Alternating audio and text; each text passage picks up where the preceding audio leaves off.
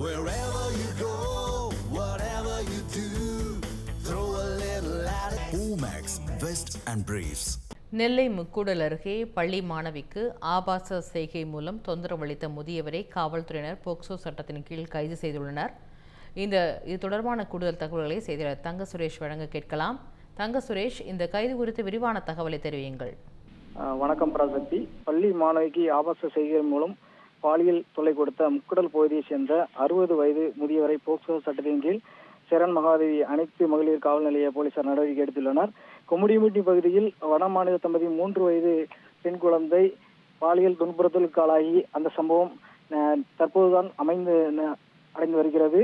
இந்நிலையில் திருநெல்வேலி மாவட்டம் சேரன் மகாதேவி அனைத்து மகளிர் காவல் நிலைய எல்லைக்கு உட்பட்ட முக்கூடல் பகுதியைச் சேர்ந்த 60 வயதான முதியவர் முத்துக்குமார் அப்பகுதியில் உள்ள மாணவிகளிடம் பெண்களுக்கும் ஆபாசமான செய்கைகள் மூலம் தொடர்ந்து பாலியல் தொந்தரவு கொடுத்து வந்ததாக கூறப்படுகிறது. இந்நிலையில் மாணவியின் வீட்டில் யாரும் இல்லாத நேரத்தில் மாணவியருக்கு அவர் ஆபாச செய்கை மூலம் பாலியல் தொந்தரவு மற்றும் பாலியல் சீண்டலில் ஈடுபட்டு தொந்தரவு கொடுத்துள்ளார். இதையடுத்து இந்த பிரச்சனை குறித்து மாணவி தனது தாயாரிடம் அழுது கொண்டே நடந்த விவரத்தை தெரிவித்துள்ளார். இந்நிலையில் மாணவியின் தாய் சேரன் மகாதேவி அனைத்து மகளிர் காவல் நிலையத்தில் நேற்று புகாரின் அடிப்படையில் போலீசார் தனது விசாரணை தொடங்கினர்.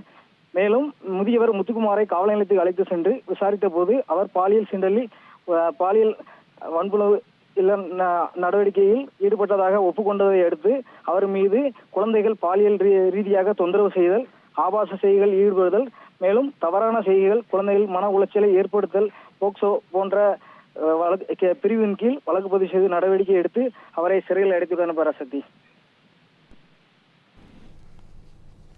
தகவலுக்கு நன்றி தங்க சுரேஷ்.